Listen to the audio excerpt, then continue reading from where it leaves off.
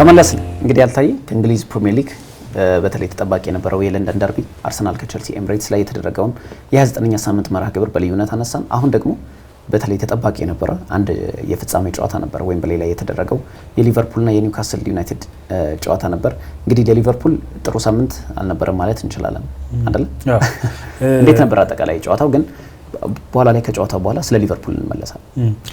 ጨዋታው ቆንጆ ነበር ማለት ይቻላል። አሁን አንዳንድ ተመልካች ጨዋታ ስታይ የምትጠብቃቸው አንዳንድ ነገሮች አሉ። አሁን ለምሳሌ ይሄ ሞቅ ያለ ኢንቴንሲቲ ያለው ጨዋታ አይነት ነገር በእርግጥ እሱም ላይ ጥያቄ የሚነሳበትም ቢሆን ጥሩ ጨዋታ ነበር ማለት ይቻላል። አሁን ለምሳሌ ኒውካስል ዩናይትድ በአማካዮቹ ጆኤሊንተን ጊማሬሽ መሀል ሜዳ ላይ ሲያደርጉ የነበሩት እንቅስቃሴ ጨዋታውን ለመቆጣጠር ሲያደርጉ የነበሩት እንቅስቃሴ ቆንጆ ነበር ማለት ይቻላል። ትንሽ ጋል ያለ የጨዋታ ስሜት ያለው ያው የፍጻሜ ጨዋታ ስለሆነ ይጠበቃል ብዙ ጊዜ እንደዛ አይነት ጨዋታና ቆንጆ ነበር ማለት ይቻላል። እንግዲህ ተጠባቂ የነበረ ጨዋታ ነበር። በተለይ ኒውካስል እንደምታስታውሰው በ2022-23 የውድድር ዘመን ለፍጻሜ ደርሰው ነበር ካራባኦ ዋንጫ ላይ በአሰልጣኝ ኤሪክ ቴን ሃግ በሚመራው ማንቸስተር ዩናይትድ 2-0 ተሸንፎ ዋንጫውን ማጣቱ ይታወሳል። እና ረጅም ዓመታት ያለ ዋንጫ እየራቀ ነው። ዶሜስቲክ የምንለው ዋንጫ ካነሳ በ1955 ነበር በአውሮፓውያኑ ዘመነ ቀመር ዋንጫ ያነሳውና 70 ዓመታት ያህል ተቆጥሯል። ለአንድ ክለብ ደጋፊ በጣም ከባድ እንደሆነ ይታወቃል። ሊቨርፑል ይህንን ዋንጫ አምናም በአሰልጣኝ የርገን ክሎፕ ስር እንዳነሳው ይታወቃል። ግን ባክ ቱ ባክ ዊን ለማድረግ የተሻለ እድል ነበረው። ሊቨርፑል በአንድ ወር ከወራት በፊት ለአራቱ የዋንጫ ሲፎካከር የነበረ ቡድን እንደነበር ይታወቃል። በኤፍኤ ዋንጫ በሻምፒዮንሺፕ ክለብ ፕሌመዝ ተሸንፎ ከውድድሩ ተሰናብቷል። በአውሮፓ ሻምፒዮንስ ሊግ በደርሶ መልስ በውጤት በፓርክ ደ ፕሪንስ አሸንፎ እንዲሁም በአንፊልድ ተሸንፎ ደግሞ በመለያ ምት ተሸንፎ ከውድድሩ ተሰናብቷል። እንዲሁም ደግሞ ካራባኦ ዋንጫን አጥቷል። ምናልባት ሊቨርፑል መጥፎ ሳምንታት ነበር ያሳለፈው በቅርብ ጊዜያት። በእርግጥ ሊቨርፑል ምን ያህል ጠንካራ ቡድን እንደገነባ በያዝነው የውድድር ዓመት ተመልክተናል። ግን ሊቨርፑል ምን ነካው ሰሞነኛ አቋሙ? እኔ የጨዋታዎቹ ባህሪ ይመስለኛል። አሁን ለምሳሌ የሊግ ጨዋታ ያው የሊግ ጨዋታ ነው። የምትገጥማቸው ቡድኖች አሉ፣ ኮንሲስተንሲ ይፈልጋል ምናምን።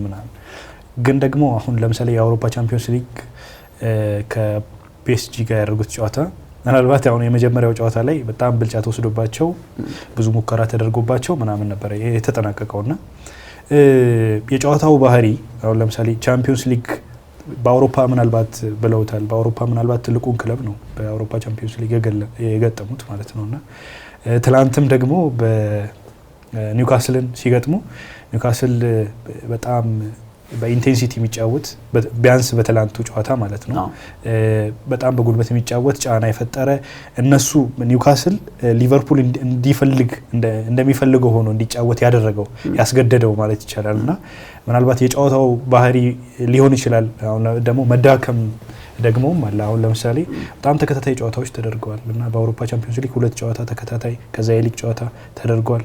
ይሄም ደግሞ የቡድኑ ፊዚካሊቲ ላይ ራሱ ትላንታውን ይታይ ነበር። አንዳንድ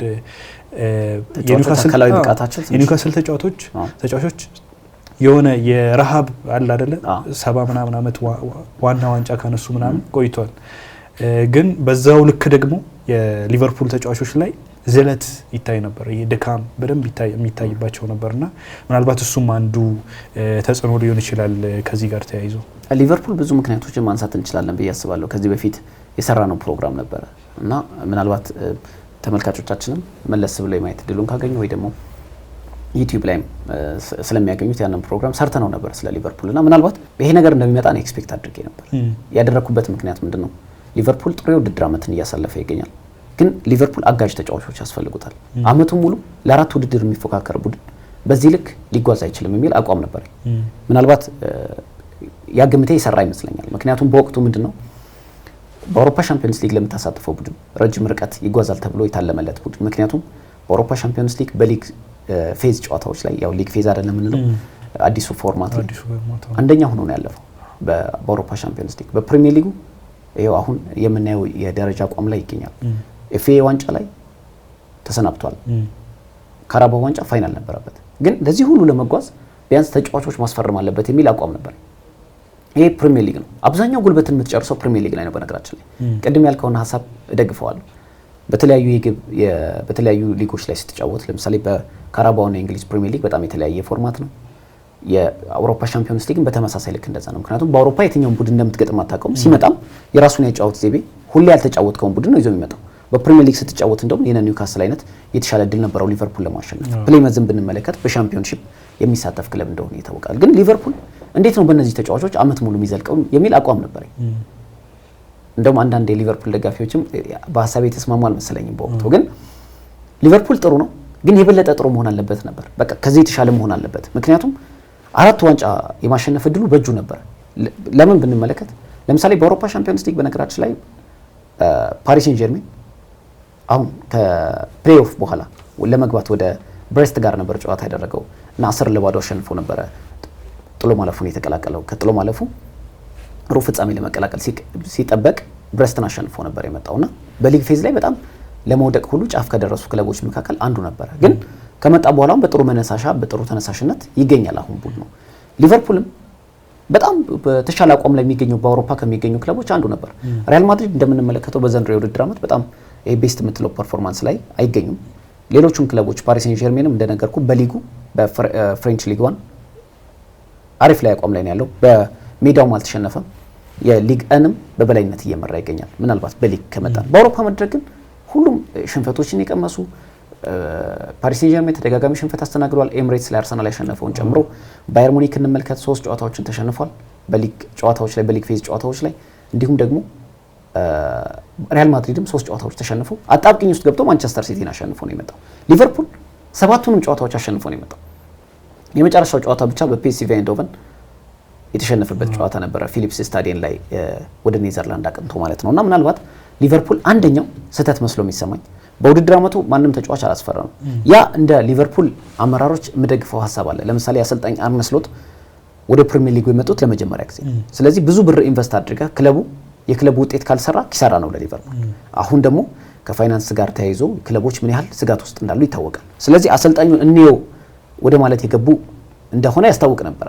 እንየውና ምን ያህል ርቀት ይጓዛል። ምክንያቱም ከ9 ዓመታት በኋላ የርገን ክሎፕን ተክተው እንደመጡ ይታወቃል። ልክ ከመጡ በኋላ ቡድኑ በጣም በጥሩ መንገድ ተጓዘ። አንድ ተጫዋች ብቻ ነበር ያስፈረሙት፣ ፌዴሪኮ ኬዛ። እሱም ጥሩ አልነበረም በዩቬንቱስ። በእርግጥ አምና ካቻምና ከ2 ዓመታትና ከ3 ዓመታት በፊት ትልቅ ደረጃ ላይ ይደርሳል ተብሎ የተጠበቀ ተጫዋች እንደነበር ይታወቃል። ያ ተጫዋች በውድድር ዓመቱም ያን ያህል አልተጠቀሙበትም። እንደውም በፕሪሚየር ሊግ ራሱ በፕሪሚየር ሊግ ከመጣ በኋላ ጉዳት አልነበረውም፣ ግን አሰልጣኙ ያን ያህል እድል አልሰጡትም። እንደውም ከኒውካስል ጨዋታ ጋር አያይዘን ትላንት ያደረገውን እንቅስቃሴ ተቀይሮ በገባባቸው ወደ ሜዳ ያደረገውን እንቅስቃሴን ተመልክተ እድል ይገባው ነበር የምትልበት ሀሳብ ማንሳት ትችላለህ። እንደውም በቀጣይ የፕሪሚየር ሊጉ ጨዋታዎች ላይም እድል ይሰጡታል ብዬ ኤክስፔክት አደርጋለሁ ፌዴሪኮ ኬዛን። ሌላኛው ማማርዳሽቪሊ የሚባለው ጆርጂያዊ ግብ ጠባቂ ያስፈረሙ፣ እሱም በክረምት ነው የሚመጣው። ስለዚህ ሊቨርፑል ያለምንም ተጫዋች ሳያስፈርም ማንም ተጫዋችም ሳያስፈርም የውድድር ዓመቱ በጣም በአስደናቂ መልኩ ተጓዘ። በነገራችን ላይ አሁንም የሊቨርፑል ጉዞን ማሳነስ አልፈልግም። ለምን የመጣበት መንገድ አንድም ተጫዋች ሳያስፈርም ምንም ኢንቨስት ሳያደርግ ከ9 ዓመታት በኋላ በአዲስ አሰልጣኝ መጥቶ በዚህ ርቀት መጓዙ በጣም የሚያስደንቅ ነው። የፕሪሚየር ሊጉን ዋንጫ ለማሸነፍ በተሻለ ቁመና ላይ ስለሚገኝ ግን ሊቨርፑል ከዚህ የተሻለ የውድድር ዓመትን ማሳለፍ ይችላል የሚል አቋም ነበረኝ። ተጫዋቾች ቢያንስ በጥሩ የዝውውር መስኮት ቡድኑን ሊያግዙ የሚችሉ 1-2-3 ተጫዋቾች ያስፈልጉታል የሚል አቋም ነበረኝ። በነገራችን ላይ በስኳድ ደረጃ ሊቨርፑል ከሁሉም ክለቦች የተሻለ ትንሽ ስኳድ ነው ያለው። ለምሳሌ በተከላካይ መስመር ብንመለከት ማን ያሉት? ቨርጂል ቫን ዳይክ እና ኮናቴ ነው ያሉት። ኳንሳ ተቀይሮ የሚገባ ነው። አማራጭ ስላጡ አሰልጣኝ አርነ ስሎት አርኖልድም ጉዳት ላይ ነው። ኮነር ብራድሊም ጉዳት ላይ እንደሆነ ይታወቃል። እሱ ነው እየተጠቀሙ ያሉት እና በግራ መስመር በኩልም ሲሚካስ እና ሮበርትሰን ያሉት እና ሮበርትሰን አሁን በቀድሞ ደረጃቸው ይጫወታሉ የሚለው ነገር ጥያቄ ያስነሳል እና ሊቨርፑል ከዚህ የተሻለ የውድድር ዓመትን ለማሳለፍ አጋዥ ተጫዋቾች ማስፈረም ነበረበት የሚል አቋም ነበር። ያንን መጣ። አሁን ሊቨርፑል ምን ላይ ተፈጠረበት? በተለይ የተጫዋቾች የድካም ስሜት፣ የአካላዊ ብቃት መውረድ በጣም በጉልህ ይታያል። ቅድም ያነሳው ሀሳብና ተጫዋቾች አለማስፈረሙ ምናልባት ሌሎቹ ምክንያቶች ወደ በኋላ መለስበታለሁ። ተጫዋች አለማስፈረሙ ግን ትልቅ ጉዳት ፈጥሮበታል። በዋናነት ቅድምም ትንሽ ለመንካት ሞክሬ ነበር። በሊቨርፑል በዘንድሮ ከዚህ ጨዋታ በኋላ አርነ ስሎት አንድ አስተያየት ሰጥተው ነበርና ምናልባት ድካሙ የሆነ ወይ የሚል ጥያቄ ከጋዜጠኞች ቀርቦላቸው መልስ የሰጡበት አንድ ቃለ ምልልስ ነበርና ከጨዋታው በኋላ እርሳቸው የሚሉት ምንድነው ምናልባት 3ቱ ጨዋታ አሁን ሳውዛምፕተንን አሸነፉ፣ የፕሪሚየር ሊጉ ያሰፉበትን በፒኤስጂ ተሸንፈው ከውድድር ወጡ። እንደገና በኒውካስል ተሸንፈው የካራባውን ዋንጫ አጡ። እነዚህ ሶስቱ ጨዋታዎች ላይ አንዱ ጨዋታ ቆንጆ ቢሆንም ግን ጥሩ እንዳልነበሩ የማንሳት ነገር አለ እና አንፊልድ ላይ የተደረገው የፒኤስጂ ጨዋታ ላይ ጥሩ ነበር ለማለት ነው እና በእነዚህ ጨዋታዎች አንዱ የታየው እንትን ድክመት ወይንም ደግሞ ዝለት ነው። አካላዊ የሚሆን ፊዚካሊ የሚሆን ሜንታሊ ምናልባት አእምሯዊ ድካም ይኖር ይሆን ተጫዋቾቹ ላይ ብለው ጥያቄ ቀርቦላቸው ነበርና ጨዋታው ስፔሲፊካሊ በትላንትናው ጨዋታ እርሳቸው የሚሉት ምናልባት የኒውካስል አጫወት እንጂ ምናልባት ሜንታሊ እኔ አላቅም የሚል አስተያየት ሰጥተዋል። አእምሯዊ ድካም ተሰምቷቸው እንደሆነ ተጫዋቾቹ እኔ አላቅም የሚል አስተያየት ሰጥተዋል። ከዛ ውጪ ግን በዋናነት ለዚህ ጨዋታ ሽንፈቱ የኒውካስል ያጫወት ስልት ነው የሚል ይሄ ድካሙን አሁን እኛ እያነሳን ያለ ነው የድካሙን እንትን ወደ ጎን የማድረግና ሞሮፍ የጨዋታውን ያጫወቱን ስልት መሰረት ያደረገ የሽንፈት ምክንያት ነው የሰጡት አርነ ስሎት። እሱን ሀሳብ እኔ ጋራቸዋለሁ ባይሆን ለምን መሰለኝ ለምሳሌ አሰልጣኝ አርነ ስሎት አጫወት ከቅርብ ጊዜ በኋላ በጣም ተመሳሳይ የሆነብኝ መጥቷል። ለምሳሌ አሰልጣኙ ፉልሃም ላይ ታስታውሳል ኤንዲ ሮበርትሰን በቀይ ካርድ ወጥቶበት አቻ የተለያዩበት ጨዋታ በጣም የተለየ ያጫወት ዘይቤ ነበር የቀረቡት። ያንን የጎዶሎውን ተጫዋች ለመሸፈን ያደረጉት እንቅስቃሴ በጣም የሚደንቅ ፍልስፍና ነበር የተጠቀሙት። በተለይ ግራቨንበርክን ማንኛውም ተጫዋችን ሳይቀይሩ ወደ ኋላ መልሰው ከፈለጉ በሶስት ተከላካዮች ሲጫወቱ ተመልክተናል። ካልሆነ 4-4-1 ሲጫወቱ ተመልክተናል። እና የተለያዩ ጨዋታዎች የኢንጌም ማኔጅመንት የምንለው ጨዋታ ላይ በምትቀይራቸው ያጫወት ዘይቤዎች ላይ በጣም የተሻለ እንቅስቃሴ ለማድረግ ሞክረዋል። ከዛ በኋላ ያዩት ሊቨርፑል ግን ተለይቶብኛል። ለምሳሌ በፕሪሚየር ሊጉ አንዳንድ ጨዋታዎች ላይ ነጥብ ለመጣል ቢሞክርም ግን በአውሮፓ ቻምፒዮንስ ሊግ በፓርክ ደ ፕሪንስ ያን ያህል የበላይነት ሲወሰድበት አስደንግጦኝ ነበር። ምክንያቱም የጨዋታ መንገዳቸው በቀላሉ ተገማች እንዲሆን አድርጎት ነበር። የኳስ እንቅስቃሴ ቀጥታ ወደ መሐመድ ሳላ፣ የኳስ እንቅስቃሴ ቀጥታ ወደ መሐመድ ሳላ የሚመስል አይነት አጫዋት ነበር። ክለቦች በሁለቱም ጨዋታ ላይ ምን አደረጉ እንመልከት። ለምሳሌ የፓሪስ ሴን ጀርሜን ተከላካይ ኑኖ ሜንዴዝ በጣም በሚገባ መልኩ መሐመድ ሳላህን ሆምም አዌይም በነበረባቸው ጨዋታዎች ላይ ከጨዋታ ውጭ አድርጎት ነበር። ሊቨርፑል ላይ አንፊልድ ላይ ተመልክተናል ምን ያህል እንቅስቃሴ እንዳደረገ። በፓርክ ደ ፕሪንስ ተመልክተናል ኑኖ ሜንዴዝ። ትላንት ማን ነበር በመሐመድ ሳላ ቦታ ላይ የተሰለፈው? ሊቨራሜንቶ ነበር። ሊቨራሜንቶ በጣም ከጨዋታ እንቅስቃሴ ውጭ ካደረጋቸው ተጫዋቾች መሐመድ ሳላህ ነበርና የአርነ ስሎት ተጫዋች ከኳስ እንቅስቃሴ ጀርባ ቀጥታ ኳሶችን ለመሐመድ ሳላህ እንዲደርስ የሚያደርጉት መንገድ ተመሳሳይ ሆኗል ባለፉት ሳምንታት። ይሄ ደግሞ ዋጋ ያስከፈላቸው ይመስለኛል። ለምሳሌ እርግጥ ነው ኮዲ ጋክፖ ጉዳት ማስተናገዱ ሌላኛው ለሊቨርፑል የማጥቃት ክፍል ላይ እንዲሳሳ አድርጎታል።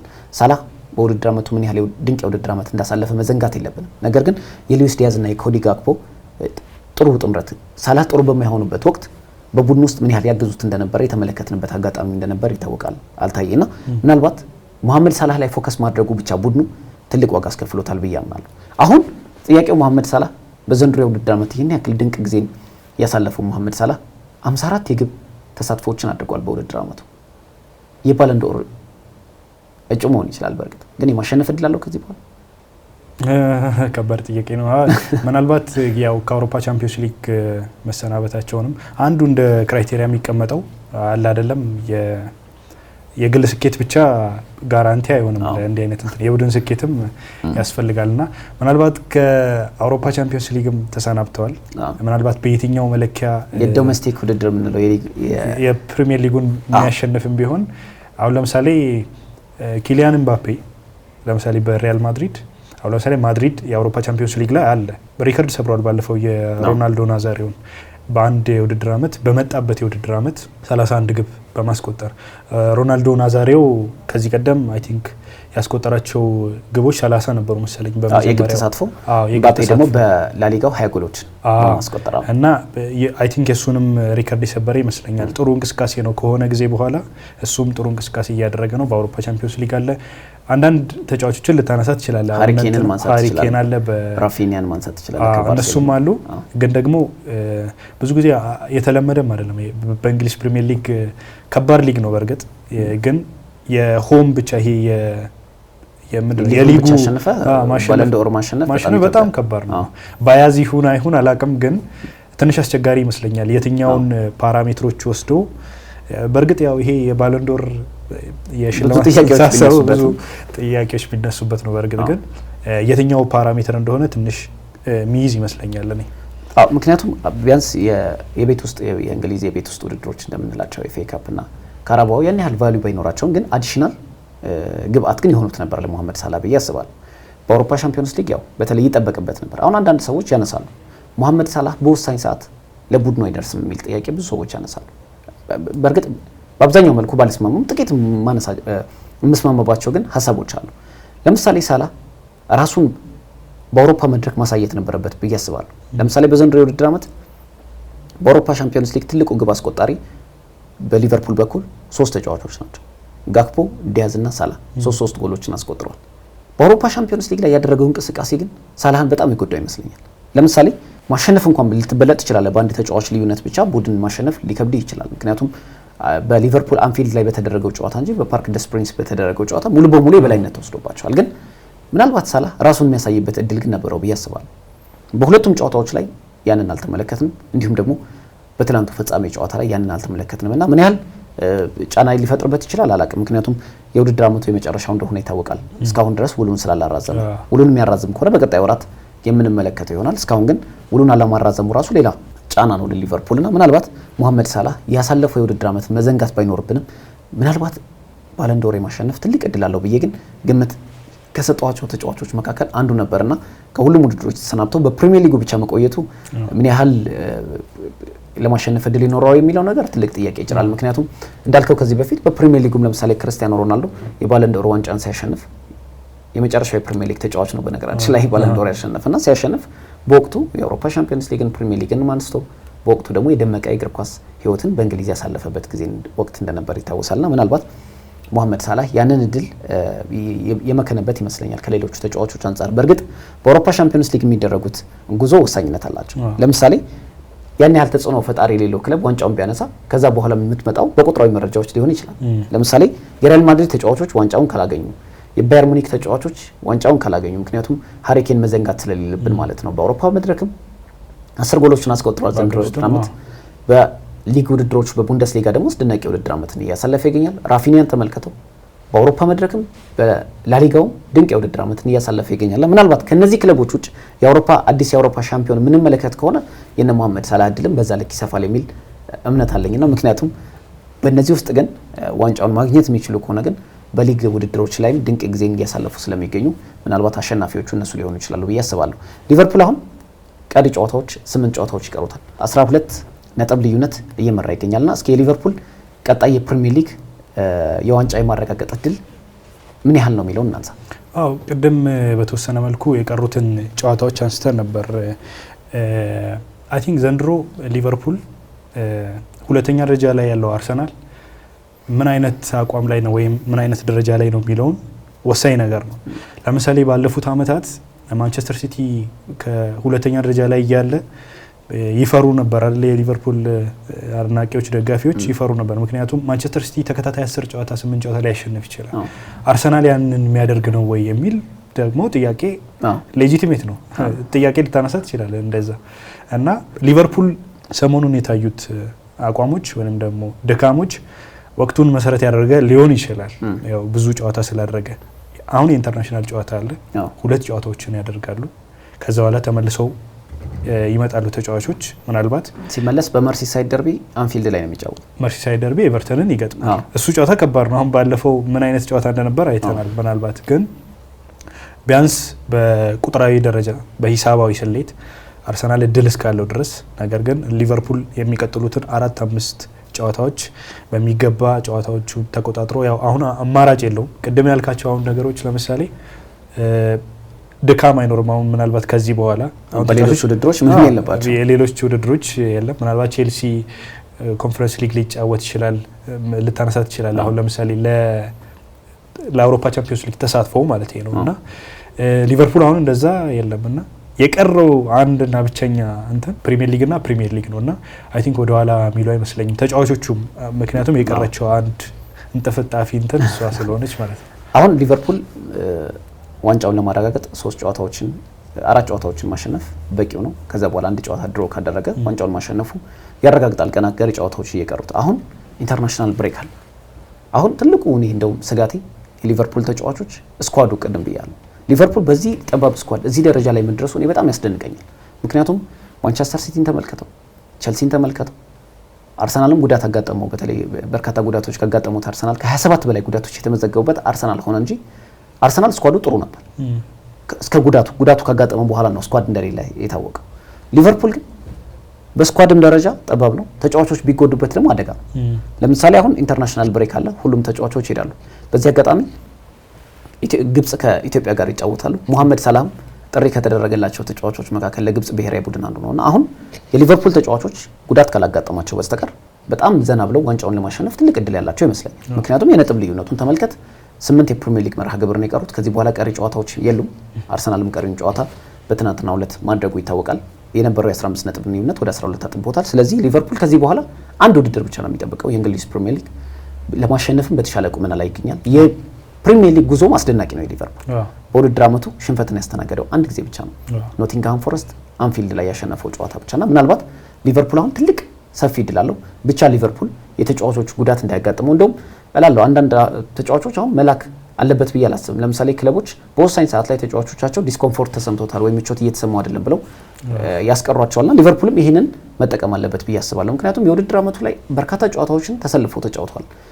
ያለ ተቀያሪ ተጫዋቾች ነው አብዛኞቹ ተጫዋቾች የተጫወቱት። ለምሳሌ ቫን ዳይክን የውድድር ዓመቱ ሙሉ ጨዋታዎችን ምናልባት አንዳንድ ጨዋታዎች ካራባውና ኤፍኤ ካፕ ጨዋታ ላይ ያለፈው እንጂ አብዛኛው ፕሪሚየር ሊግና ሻምፒዮንስ ሊግ ላይ በነበረው ጉዞ ላይ ነበረ።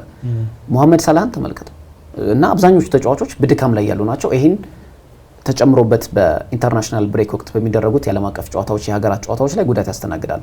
እርግጥ ነው ለሀገር መጫወት ምን ያህል ክብር እንዳለው ይታወቃል። እንደውም አንዳንድ ተጫዋቾች ከቅርብ ዓመታት ወዲህ ለሀገራቸው መጫወት ያላቸው ፍላጎት ቀንሷል ይባላል። ምክንያቱም ተደራራቢ ጨዋታ ያደርጋሉ፣ ጉዳት አጋጥሟቸው ይመለሳሉና ይሄ ደግሞ ይሄ ቱሪስኪ ይሉታል። በቃ ከፍተኛ ኃላፊነት ወስደ ነው የምትሄደው ወደዛና ምናልባት ሊቨርፑል ይህን ነገር ካላጋጠመው በተሻለ ቁመና ላይ ይገኛል። ልክ ከኢንተርናሽናል ብሬክ መልስ ኤቨርተንን ይገጥማል። ከዛ በኋላ ፉልሃምን ነው የሚጫወተው። ከዛ በኋላ ዌስትሃምና ሌስተርን ይገጥማል ሊቨርፑል ከዛ በኋላ ያሉት ጨዋታዎች ናቸው ትንሽ አስቸጋሪ መስለው የሚሰሙኝ። በተለይ በለንደን ደርቢ ተከታታይ ጨዋታዎች ከቶተናምና ከቸልሲ ያደርጋል። ቶተናምን ሆም በሜዳው ይጫወታል።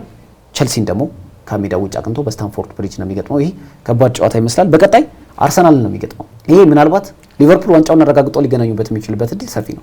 ምክንያቱም ሊቨርፑል የተሻለ እድልም ስላለው በኋላ ላይ በመጨረሻ ብራይተን አዌይ በአሜክስ ስታዲየም እንዲሁም ክሪስታል ፓላስ ደግሞ በአንፊልድ የሚጫወት ይሆናልና ምናልባት በቀሪ ጨዋታዎቹ 8 ጨዋታዎች ስንመለከት ሊቨርፑል ጠንከር ያለ ተጋጣሚ ያለው፣ ነገር ግን ተከታዩ አርሰናል ደግሞ በምን ያህል ርቀት በፕሪሚየር ሊጉ ሁሉንም ጨዋታዎች የማሸነፍ እድል አለው የሚለው ነገር ሌላ ጥያቄ የሚያስነሳ ነው። ምክንያቱም አርሰናልም ያለበት የተደራራቢ ተጫዋቾች ጉዳት ይታወቃል። የፊት መስመር ክፍሉ በአጋጣሚ ጎሎችን የሚያስቆጥር ቡድን እንደሆነ ይታወቃል። እውነት ለመናገር ለምን በፒኤስቪ 7 ጎሎችን ስላዘነበ ብቻ ማየት የለብንም። በፕሪሚየር ሊግ ኖቲንግሃም እና ዌስትሃም ላይ ሽንፈት የደረሰበትን እናስታውሳለን። አሁን ትናንትም ቸልሲን 1-2 ነው ማሸነፍ የቻለውና ምናልባት የነ ቡካዮ ሳካ ከጉዳት መመለስ ለቡድኑ ጥቅም ቢሰጥም ግን አሁንም ሊቨርፑል በተሻለ ቁመና ላይ ይገኛል የፕሪሚየር ሊጉን ዋንጫ ለማንሳት። ይህን ለማድረግ ግን ኢንተርናሽናል ብሬክ ላይ የሚሄዱ ተጫዋቾች ከትልቅ ስጋት ጋር ተጫዋቾቹን የሚልክ ይመስለኛል። በቀጣይ 8 መርሃ ግብሮችን ከአርሰናል ይልቅ ሊቨርፑል ከባድ ተጋጣሚዎች ያሉት ይመስላል። ቅድም እንዳልኩት ነው ምናልባት የወረቀት ላይ ስታየው የመጀመሪያዎቹ ጨዋታዎች ናቸው የሊጉን ዋንጫ አሸናፊ ማን እንደሆነ ሊያሳውቁ የሚችሉት እና ቅድም ያልካቸው አሁን ለምሳሌ ጨዋታዎች ምናልባት ሊቨርፑል አረጋግጦ ሊገጥማቸው ይችላሉ እና በጣም ወረቀት ላይ ስታየው ማለት ነውና እኔ ጥያቄም አለኝ አርሰናል ላይ ለምሳሌ ግብ የማስቆጠር ሪካርዱንም በተመለከተ አሁን ባለፈው ማን ነው ካራገር ሲያነሳ የነበረው እንትን ምንድነው የአጥቂ ችግር አይደለም የአርሰናል ችግር ብሎ መሰረታዊ ነገር ሲያነሳ ነበር። አሁን ትላንትም እኮ በጨዋታው ረገድ ብዙ የጎላ ይሄ የጨዋታ እንቅስቃሴ ማለት ብዙ ሙከራዎች ምናምን የተደረጉበት አልነበረም በጨዋታ እንቅስቃሴም ብታየውና ብዙ የጎላ እንትንም አልነበረውም በጨዋታውና ምናልባት ቀጣዮቹ ጨዋታዎች የሊጉን አሸናፊ ለማሳወቅ በጣም ወሳኝ ይሆናሉ። ከዛ ይልቅ ግን የአውሮፓ ቻምፒዮንስ ሊግ ቦታን ለመያዝ የሚደረገው ጨዋታዎች ናቸው ሞር ሳቢ የሚሆኑት። ይሄኛው ኦሬዲ ወደ ማብቃቱ ሊቨርፑል ቀሪ ጨዋታዎቹ የእንግሊዝ ፕሪሚየር ሊግ ብቻ ናቸው። ፎከሱ ያ ነው። ከዛ ውጪ እድልም አማራጭም የለውም። ስለዚህ እሱ ላይ ፎከስ አድርጎ ጨዋታዎቹን እያሸነፈ መሄድ ይመስለኛል። ከዛ ውጪ ግን የአውሮፓ ቻምፒዮንስ ሊግ ለመሳተፍ የሚደረገው ጨዋታዎች ናቸው በጣም ማራኪ። ምክንያቱም ከ10 እስከ 5 ደረጃ ባሉት ላይ በጣም የተቀራራቢ ደረጃ ነው ያለው። ይሄ በጣም ማራኪ ያደርገዋል። ኦልሬዲ ወራጁም ብዙ የሚያጓጓ አይደለም። አሁን ለምሳሌ አንድ ወራጅ ኦልሬዲ እንደታወቀ ነው ሳውዛምፕተን እንደታወቀ ነው። ሌስተር ሲቲም አሁን እንትን ብለው ኦልሞስት 7 ተከታታይ ሌስተርና ኢፕስዊች ታውንም ያው ሜዳቸው አይቀርም ይመስላል ስታያቸውና ምናልባት አሁን ለምሳሌ ሌስተር ሲቲ እኮ ከዚህ በፊት የነበረው ቅድም ካነሳነው ጋር ተያይዞ ሌስተር ሲቲ አሁን ዋንጫ ባነሳበት አመት ብታይ 2015-16 ሁሉም ይሄ የተዳከመ ጊዜ ላይ ነበር። አሁን ለምሳሌ ማንቸስተር ሲቲን ብትል ቼልሲን ብትል አርሰናል ብትል ምናምን እና እንዲህ አይነት እድል አለ ዋንጫ እንድታገኝ የሚያስችልህ ምናምን እና አሁንም ለምሳሌ ሊቨርፑል እንትኑን እየመራ ነው ሊጉን እየመራ ነው። የሚከተሉት ደግሞ እነማን ናቸው የሚለው መሰረታዊ ጉዳይ ሲሪየስ ችግር ያለባቸው ናቸው። የግብ ኳሶችን ከመፍጠር ግቦችን ከማስቆጠር ረገድ ችግር ያለባቸው እንደ አርሰናል አይነት ቡድኖች አሉና ይሄን ታሳቢ በማድረግ ነው ኦሬዲ ያለቀ ነው አይነት የሚያስብል ድምዳሜ ለመስጠት የሚያስችለው። ስለ ኒውካስል ባጠር አድርገን እናንሳ። ከ70 ዓመታት በኋላ በእርግጥ በ1969 ታሪክ እንደሚያስረዳው አንድ የአውሮፓ ውድድር ማሸነፍ ችሎ ነበር። ግን ዶሜስቲክ የምንለው ውድድር በእንግሊዝ ታሪክ ግን ከ70 ዓመታት በኋላ ነው ካራባኦ ዋንጫን ያነሳው ነው። በ1955 ነበር ለመጨረሻ ጊዜ ዋንጫ ያነሳው። እሱም ያነሳው ኤፍኤ ካፕ ዋንጫ ነበርና በአሰልጣኝ ኤዲ ሃው እየተመራ እንግዲህ ትላንት ሻምፒዮን መሆን ችሏልና ይህ ለማጋፒስ ደጋፊዎቹ ምን ማለት ነው? አሁን ትላንት የሆነ አይታየህም ስቴዲየም ውስጥ የሆነ የሚታይ የሆነ ሙቀት ምናምን ነበር ስቴዲየም ብዙ እዛ ነበር ስታየው የሆነ የራብ ጥማት ምናምን ይመስላል እንትኑ በጣም በኢነርጂ ነው የሚጫወቱት። ምናልባት ተጫዋቾቹ ከዛ በኋላ ራሱ 90 ደቂቃ መጫወት የሚችሉ ይመስላል። ለምሳሌ አለን ሺረር ለዳንበር ደውሎ መጀመሪያ ይሄን ማሳካት አለባችሁ ብሎ ቀድሞ ነግሮኝ ነበርና እንዴት አይነት የቆመ ኳስ እንዳስቆጠረ አይታ በጣም ቆንጆ ግሩም ኳስ ዳንበርን በነገራችን በጣም አስገራሚ ሳምንት ነው ያሳለፈው። ለመጀመሪያ ጊዜ በአሰልጣኝ ጋሪ ሳውዝጌት ስር 32 ዓመቱ ነው የተከላካይ። በነገራችን ላይ በጣም አንደርሬትድ እምላቸው ብዙም ስማቸው አልገነኑም ከምላቸው ተጫዋቾች በፕሪሚየር ሊግ ከሚገኙ ዳንበርን አንዱ ነው በግል ማለት ነው። በጣም ወጥ የሆነ ተከላካይ ነው። ላይክ ለረጅም ዓመታት በኒውካስል ተመልክተናል። በብራይተንም እያለ ወደ ኒውካስል ከማቅናቱ በፊት በጣም ጥሩ ተከላካይ ነበርና በዚህ ሳምንት ግን ጥሩ ሳምንታትን ያሳለፈ ይመስለኛል። በአሰልጣኝ ጋሪ ሳውዝጌት ባሳለፈው ሳምንት ለመጀመሪያ ጊዜ ከእንግሊዝ ብሔራዊ ቡድን ጥሪ ቀረበለት። ትላንት ደግሞ በካራባኦ ዋንጫ ምናልባት በህይወት ዘመኑ በጣም ወሳኛውን ጎል ያስቆጠረው ትናንት ይመስለኛል። በነገራችን ላይ በውድድር ዓመቱ ትናንት ነው ጎል ያስቆጠረው። እሷም ደግሞ በጣም ወሳኝ ነበረችና ሊቨርፑል ተጫዋቾች ምን ያህል ስፔስ እንደሰጡት ገርሞኛል። ምክንያቱም ዳንበር በፕሪሚየር ሊጉ ከሚገኙ በጣም ግዙፍ ተከላካዮች አንዱ ነው። ፊዚካሉ ማይተው በጣም ግዙፍ ተከላካይ ነው። ደንክ በጣም ሂውጅ ነው። አሁን ለምሳሌ ሉዊስ ደንክ ላይክ ፊዚካሊ እንኳን የሆነ ቀጠን ያለ ነው ምናምን ልትለው ትችላለህ። ግን ይሄ ዳንበር ከነ ፊዚካሉ ከነ ላይክ በጣም ሂውጅ ተከላካይ ነውና ያን ያህል ስፔስ እንዴት እንደሰጡት ሊቨርፑል ተጫዋቾች ገርሞኛል። ምክንያቱም ኮናቴ ነበር ቢያንስ ማርክ ማድረግ የሚችለው ወይ ደግሞ ቨርጂል ቫን ዳይክ ነበር። ሌላ ተጫዋች በሙሉ ተመልክተናል። ከዛ በፊትም አሌክሲስ ማካሊስተር ላይ በእርግጥ ፋውል የሚመስል ኳስ ቢመስልም ግን ለትንሽ የሞከረበት አጋጣሚ ነበር ግብ የመሆን እድልና ዳንበርን በዛ ስፔስ አግኝቶ ያንን ኳስ ያስቆጠረበት መንገድ በትክክል የተጠቀመበት ነበርና ዳንበርን አስገራሚ ሳምንት ታሳለፈ። በጣም ኤዲ ሃው ቡድኑን ከተረከበ በኋላ 2021 ላይ ነው ቡድኑን የተረከበው። ያው ፕሮጀክቱ ይታወቃል፣ ብዙ ኢንቨስት ተደርጓል ቡድኑ ላይ። ግን ቡድኑን በጣም በብዙ ነገር የቀየረ ይመስለኛል። አሁን ለምሳሌ ብዙ የሚነሳለት ኤዲ ሃው የሚነሳላቸው አንድ ነገር ምንድነው ይሄ የማን ማኔጅመንት አንድ ተጫዋች ያለው ኳሊቲ ምንድነው ብሎ እሱን አውጥቶ የመጠቀም። አሁን ለምሳሌ የሚነሳበት አንድ እንትን አለ ጆይ ሊንተን ከሆፈንሄም ሲመጣ አጥቂ ነበር አይደለ? በመጀመሪያዎቹ ወራት በጣም ስትራግል ያደርግ ነበር በመጀመሪያዎቹ ሳምንታት ክለቡንም ለመልቀቅ ጫፍ ደርሶ ነው። ከዛ ግን የአማካይ ተጫዋች እንዲሆን አድርገው ይታያል። አሁን እሱ ትላንት ለምሳሌ ብዙ ታክሎቹን ወርዷል፣ ብዙ እንቅስቃሴ ሲያደርግ ነበር። እሱ ነው አንድ እንደውም የጨዋታ እንትኑ ሞቲቬሽኑ ራሱ የሆነ የሚያጋባበት ተጫዋቾቹ ላይ ይታይ ነበር ሲያጋባባቸው የሆነ ነገር ኳስ ባስወጣ ቁጥር ሁሉ ሴሌብሬት ያደርጋሉ እና ይሄ አሁን በጣም ጥሩ ኳሊቲ ነው። አሁን ሎንግ ስታፍንም ብታየው ከዚህ ቀደም ስለ ኤዲ ሃው የተናገረውን ነገር አስታውሳለሁና ይሄ ሞሮፍ አባታዊ ነገር ነው ኤዲሃው ብሎ ይናገራል ነው መጽሐፍ ይሰጠኝ ነበር እንደውም ለልጆቼ እንድሰጣቸው ምናምን ይላል ሞሮፍ ለተጫዋቾቹ የቀረበ ምንድነው ይሄ ከዚህ ቀደም ማናቸው ሰር አሌክስ አንድ ቢደነቁበት እንትን ይሄ የመልበሻ ቤት ቁጥጥር ማን ማኔጅመንት ምናምን ነው እና አንዱ የሚነሳው ይሄ የኤዲሃው ጥሩ ችሎታና ክህሎት ተጫዋቾቹ የሚመሰክሩላቸው ማለት ነው ከጨዋታ አቀራረብ በተጨማሪ ይሄ ከሜዳ ውጭ ያሉ ነገሮችን ሃንድል የሚያደርጉበት መንገድ ትላንትም የታየ ይመስላልና እሱ ቆንጆ እንትን ነበር አሪፍ ሐሳብ ያነሳ ይመስለኛል ምክንያቱም ሌሎቹን ከዋክብቶች እንመልከት ለምሳሌ አሌክሳንደር ኢዛክ ከሪያል ሶሲዳድ ከመጣ በኋላ በጣም በፕሪሚየር ሊግ ወጣ አቋም እያሳዩ ከሚገኙ ተጫዋቾች መካከል አንዱ ነው በበርካታ የአውሮፓ ክለቦች ተፈላጊ ተጫዋች ግን ልቡ ሽፍት ያላደረገበት መንገድ ምንድነው ከሚባለው አንዱ እንዴት ማኔጅ እንዳደረጉት ተጫዋቹን ይገለጻል ሌላኛው ብሩኖ ጉማሬሽ ነው ብሩኖ ጉማሬሽ ከመጣ በኋላ በኒውካስል በጣም ድንቅ ጊዜያትን እያሳለፈ በማንቸስተር ሲቲ ጨምሮ በአሰልጣኝ ፔፕ ጓርዲዮላ ጨምሮ በተለያዩ ክለቦች በባርሴሎና ጨምሮ የሚፈለግ ተጫዋች ግን እንዴት ማኔጅ እንዳደረጉት መመልከት እንችላለን እና አብዛኞቹ ተጫዋቾችን ስትመለከት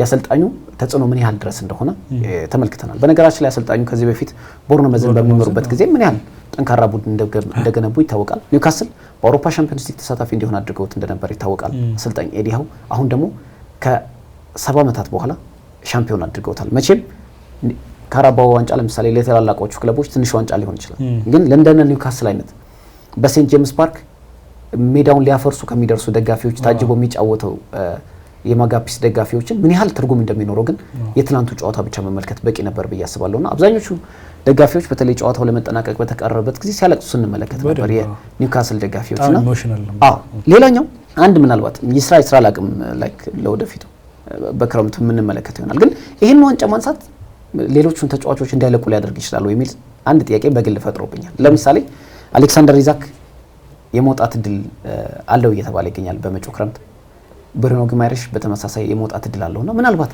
ይሄንን ዋንጫ ማንሳታቸው ለነሱ እንደ ትልቅ ዋንጫ በታሪክ ያሳኩት ኒውካስል ዩናይትድ በ70 ዓመታት የእግር ኳስ ታሪክነት ያላሳካው ነው ያሳኩት አይደለም ተጫዋቾቹ አሰልጣኝ ኤዲሃው አልተወለዱም ነበር ኒውካስል ዋንጫ ለመጨረሻ ጊዜ ሲያነሳና ምናልባት እነዚህ ተጫዋቾች የመቆየት እድል አላቸው የሚል ቢሆን ጭላንጭል በግል አሳይቶኛል ይመስላል አሁን ብዙ ጊዜ ተጫዋቾች ምን ይፈልጋሉ አንድ ቡድን ውስጥ ይሄ ቀደም ያልነው አይነት ይሄ አትሞስፌር የመልበሻ ቤት ውስጥ ያለ አትሞስፌር በጣም ወሳኝ ነው ይሄ አሰልጣኙ በዚህ መልኩ አንድን ተጫዋች ለማሻሻል አሁን ለምሳሌ ሲባል ነው ጆ ዊሊንግተን የነበረው ኳሊቲ ምንድነው ብሎ ኤክስፕሎር የማድረግ ነው እና ይሄን ኳሊቲ ከዚህ ቀደም አራያ አርገው ከወሰዷቸው ኦድሪስኮል የሚባሉ አንድ የቦርነማውዝ ተጫዋች ነበሩ ያው ኤዲሃው እና እዛው በጣም የጉልበት ጉዳት ነው ገጥሟቸው ከዛ ነው ወደ አሰልጣኝ ሄዱትና ከርሳቸው ነው ወሰዱት ይባላል እና ይሄን አይነት ኳሊቲ ያላቸው አሰልጣኝ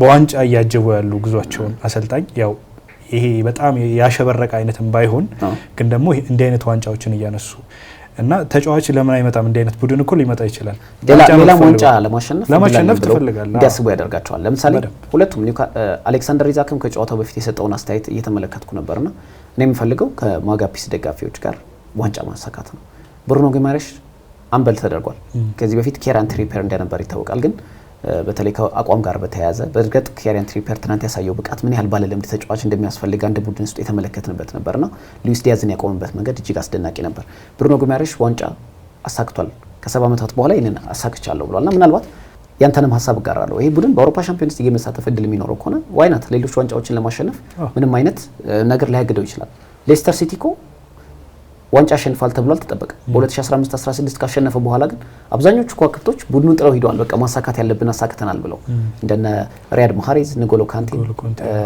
ዳንኤል ድሪንክዋተር ማስታወስ እንችላለን በወቅቱ የነበሩትና አሁንም ኒውካስል ምናልባት በእርግጥ ብዙ ብር ይፈልጋሉ እነዚህን ተጫዋቾች ለመሸጥ አሌክሳንደር ኢዛክ ከ150 ሚሊዮን ፓውንድ በላይ ይጠይቃሉ ተብሎ ይጠበቃል እነሱም ይፋ አድርገዋል ብሩኖ ጉማሬሽም ልክ እንደዛ በተመሳሳይና ምናልባት ይህንን ዋንጫ ማግኘታቸው ግን በክለቡ ሊኖራቸው የሚችል ቆይታ በቀጣይ ወራት የምንመለከተው ቢሆንም ግን ምናልባት ዋንጫ ማሸነፍ እንደሚችሉ ግን ማሳያ ያደረጉበት ጨዋታ ነበር ብዬ አስባለሁ እንግዲህ አልታየ የዛሬው ፕሮግራማችን እዚህ ላይ አጠናቀናል በቀጣይ ሳምንት የምንገናኝ ይሆናል ተመልካቾቻችን በእንግሊዝ ፕሪሚየር ሊግ አርሰናል ከቸልሲ ያደረጉት የ29ኛ ሳምንት የለንደን ደርቢ ተጠባቂ ጨዋታ እንዲሁም በእንግሊዝ ካራባኦ ዋንጫ ዌምብሌይ ላይ ሊቨርፑል ከኒውካስል ዩናይትድ ያደረጉትን ሊቨርፑል ዋንጫ ያጣበትን ጨዋታ ምን ይመስል ነበር የሚለውን አነሳን። እንዲሁም ደግሞ ኒውካስል ዩናይትድ ከ70 ዓመታት በኋላ የመጀመሪያውን የሊግ ዋንጫ ያገኘበትን ጨዋታ ለማዳሰስ ሞከርን። በቀጣይ ሳምንት በተለያየ ፕሮግራም የምንጠብቃችሁ ይሆናል። እስከ ሳምንት ሰላም።